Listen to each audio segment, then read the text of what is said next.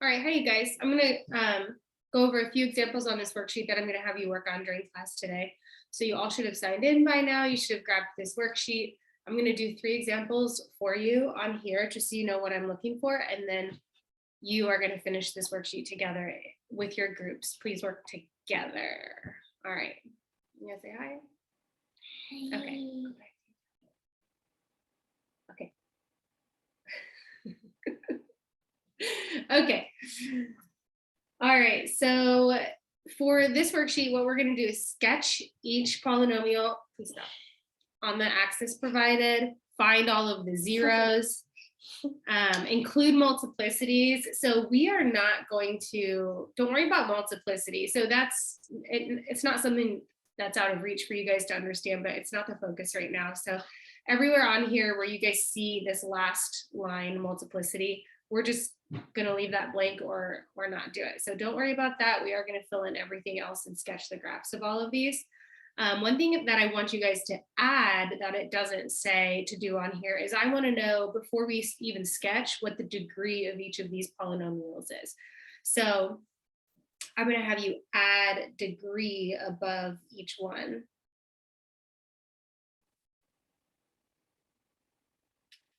Okay, so I'm going to do number 2 with you, and then I'm going to jump down and do number 5 with you, and then we'll flip it over to the back. So right here, if we look at number 2, if we first start thinking about the degree, remember we've talked about how many of these linear factors there are and what their individual exponents are. So for x plus 3, that's 1x, so that would be linear. If I multiply that by x plus 2, that would be x squared would be my highest power. And then this third one here, that would end up resulting in x to the 3rd power. So this is a 3rd degree polynomial. So that's the first thing we want to establish. Once we know it's 3rd degree, let's look at the leading term. The leading term is just the number out front, and that's going to help us determine where the graph starts and ends. So this negative out here means that -1 is our leading term.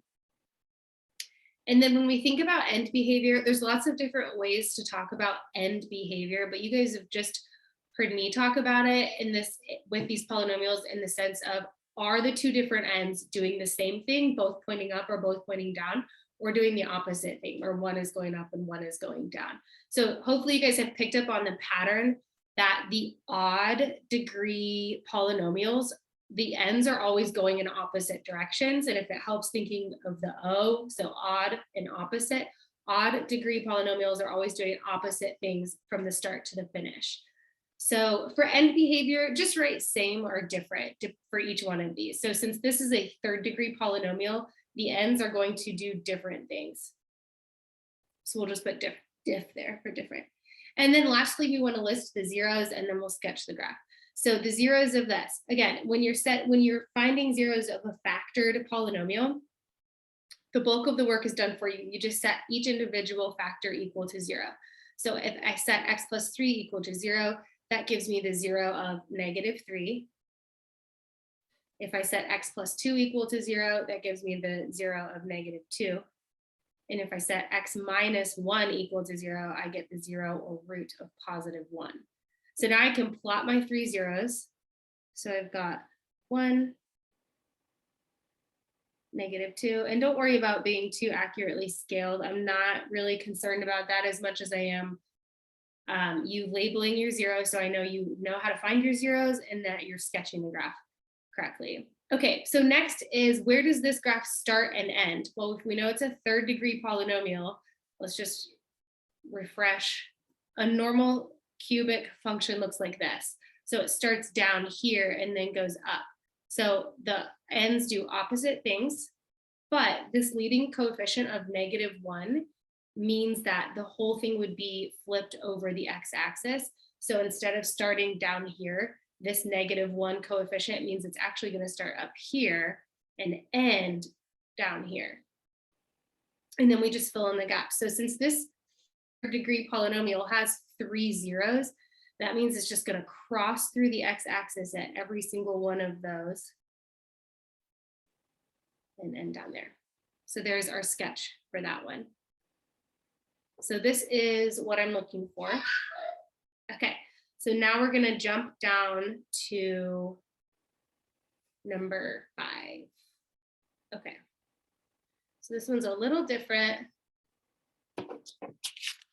Again, I want you to first start by establishing the degree of each of these functions when you start them.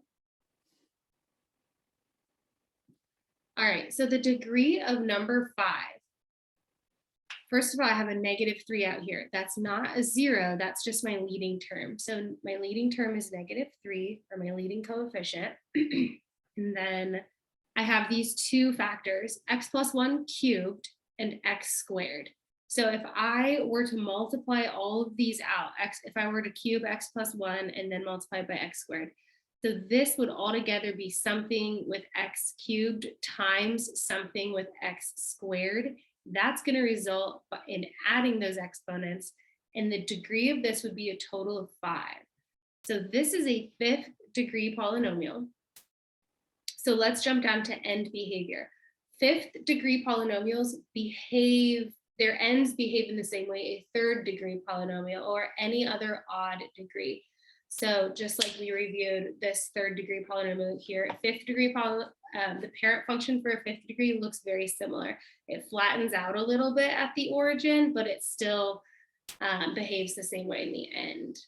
So the end behavior of this is going to be opposite or different. So you can put opposite. I'll do opposite instead of different. That makes more sense. Again, we're not worried about multiplicities here. Okay, the zeros. So we're just setting each factor equal to 0. Just a reminder, -3 is not a 0. That's just the leading coefficient. X plus 1, if I set that equal to 0, then my 0 is -1.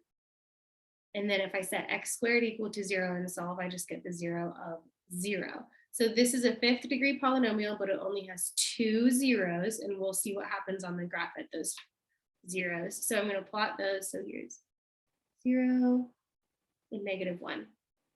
Okay, and then on the video notes from last class, we talked about these double roots or triple roots and what happened on the graph at those. So just want to clarify that since our leading coefficient is negative, instead of starting down here and ending up, it's actually going to start up here and end down here.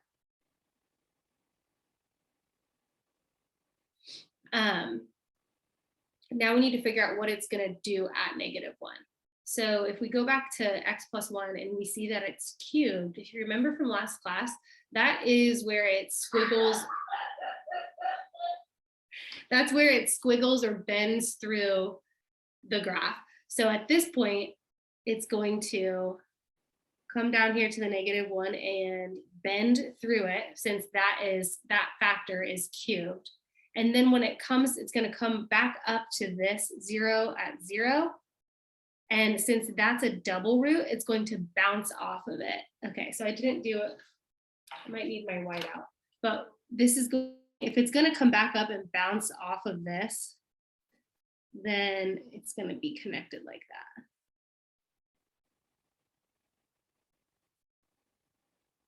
So it bends through the 0 of -1, and then it's deflecting or bouncing off of the axis at 0. So these are the things you have to keep in mind for these other 4 problems on the front. So you guys are going to do those together after this video. Quick note on number 6, you see one of the factors is to the 5th degree. And that, again, that's going to behave very similarly to this 3rd degree one. So keep that in mind. Okay, so moving on to the back, you flip your worksheet over. Now we're kind of going in the reverse direction, where you are given a sketch of a polynomial and you are going to determine a possible equation for that based on the zeros, the end behavior, all of that. I'm going to do number 9 with you, and I'm going to make a change to it. So this says it's an 8th degree polynomial. I'm going to change it to make it a 6th degree polynomial. I know that this would have to be an even degree polynomial because the ends are both pointing down. So if both ends are pointing down, that means it has to be an even degree. So now we have to figure out what would my possible equation be. And it goes back to, let me get you, you don't need to flip your page over, but just remember that if you're looking at the factored form, if I know x plus 1 is a factor, then I know -1 is a 0. So now we're going to work backwards. If you knew -1 is a 0, then you should be able to tell me that x plus 1 is a factor. It's like reversing the solving process. So if we start with this 0 right here at -3. So if I know that x equals -3 is a 0, think about what factor my polynomial would have to have. And, or you can think of it, well, let's just move this 3 over to the x side and set it equal to 0, because that's what we do with our factors. So if I add 3 over, you end up with x plus 3 equals 0. And then there you have your factor based on that 0. So -3 being a 0 means x plus 3 is a factor. And then +1 being a 0, the next one. So if x equals 1, that's a 0, then you would have to subtract 1 from both sides to get the factor. So if +1 is the 0, x minus 1 is the factor. And then if we have 1, 2, 3, 4 is a 0, then x minus 4 is the factor. Now, we're not finished yet, because this is so far only a third degree polynomial. And we know that this can't be third degree because these ends are doing the same exact thing. So then we go back and look at what is happening at that 0. So for x plus 3, for my factor for the root of -3, that is bouncing off of the x-axis. That means that this power has to be even, or because it's bouncing off or deflecting. So it could be 2 or 4. But since we want this to be 6th degree, let's start with 2 and see if we can get that to add up correctly. So that's a double root because it's bouncing off. My factor of x minus 1 right here, so you can see that it's sort of bending through the x-axis right there. That means it cannot be, it's not 1 because it's not just cutting right through it, and it's not 2 because it's not bouncing off. So that would be a triple root because it's bending through right there. And then for x minus 4, it's just cutting right through. So we'll just leave that as a 1 right there. So then we just need to make sure that all of these powers add up to the total degree of 6. So 1, 2, 3, 4, 5, 6. So this is a possible equation for this graph. So when you guys do numbers 7 and 8, you need to pay close attention to what the graph is doing at each of the zeros so that you can come up with an accurate equation with the correct exponents for each factor. And then numbers 10 and 11 are pretty self-explanatory. I don't think I need to go over these for you. So for the rest of class, I want you guys working together at your table groups, problem by problem, as best as you can. And then I want you to turn these in before you leave. I'm going to take a look at them when I get back and cover anything I feel like we need to spend more time on. Alrighty, thanks guys, see you soon.